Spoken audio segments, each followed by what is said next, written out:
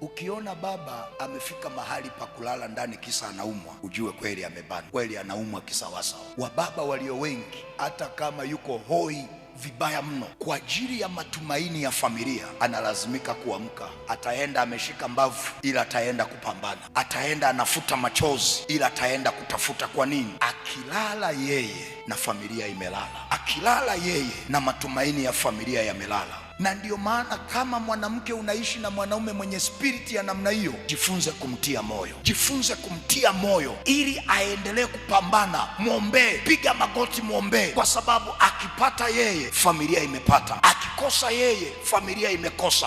Mtie moyo, mwambie unaweza, mwambie Mungu atakusaidia. Mtie moyo ili aamke akapambane kwa ajili ya familia. Na mimi na wasaruti wa baba wote ambao wanalazimika kupambana, hata kama wanapita mahali pagumu, hata kama wanaumwa kwa ajili ya familia. Anasema no, nitaamka nikapambane.